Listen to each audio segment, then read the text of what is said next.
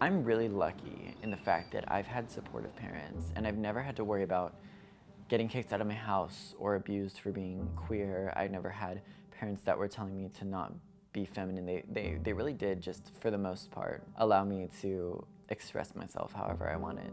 But while that was true, nobody ever explained to me the existence of the queer community.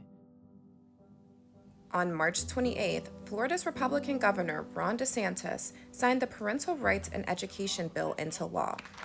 Critics have called it the Don't Say Gay bill because it prohibits teachers from having discussions on sexual orientation and gender identity from kindergarten through third grade. Teen LGBTQ rights advocates like Will Larkins at the forefront of the fight against a controversial law.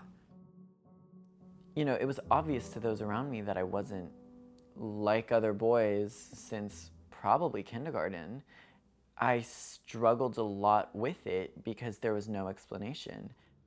My classmates didn't understand either, and because I didn't understand and they didn't understand, that led to a lot of bullying, and then, you know, me taking that to heart, and a lot of confusion and self-hatred. And even though I definitely could have been in a worse situation, because I'm so blessed in the fact that I never felt in danger growing up, but I still hated myself. So even in a privileged position where I'm in the minority of LGBTQ kids who have an affirmative home, I still went through something that no kid should have to. Larkins is the president and co founder of his school's Queer Student Union. In late February, he testified against the bill in the Florida State Senate. I went to Tallahassee and I saw experts come from the Trevor Project and from suicide hotlines, and people like me talk about our own experiences. As a queer minor, as a queer child with a younger gay sibling, I know that this will endanger people like me and people like my friends. You know, queer teens are 4 times more likely to die by suicide than their straight counterparts. And our rates of mental health issues and drug abuse and self-harm, everything is so much higher. And it has also been proven that education helps this mental health epidemic in the community. And they're trying to ban that. He would like to see the bill reversed and thinks there should be even more of an emphasis in teaching LGBTQ history. I held a meeting in Queer Student Union where we explained the bill and its implications, and then we just asked, how will this affect you? And every single kid had a response. For some people it was, school is the only place I can be myself, and I'm worried that that'll be taken away.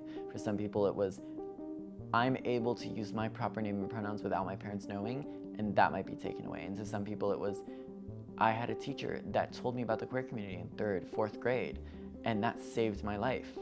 These are all stories that I heard. And this is just a small sample size from an entire state full of people. I'm terrified of how the bill is going to affect the next generation of queer kids. There's members of the Queer Student Union, and I have friends myself who are living in homeless shelters because they were outed to their parents. And so they go to school to be affirmed, and they're attacking that. You know, what I went through, not being able to understand who I am or what I am, was deeply damaging to me, and I had supportive parents. Most of the queer community doesn't have supportive parents. Remember when we used to leave like promptly at 6:45? Yeah, we got later. I always want to remind people, being queer isn't a choice. I don't dress like this because I want attention or because I'm trying to make a statement. It's because I genuinely just feel physically more comfortable when I present androgynous. And so I always want to affirm that nothing anyone does is going to change the fact that queer people exist. They're gonna be gay anyways. It's just gonna be way harder for them to be.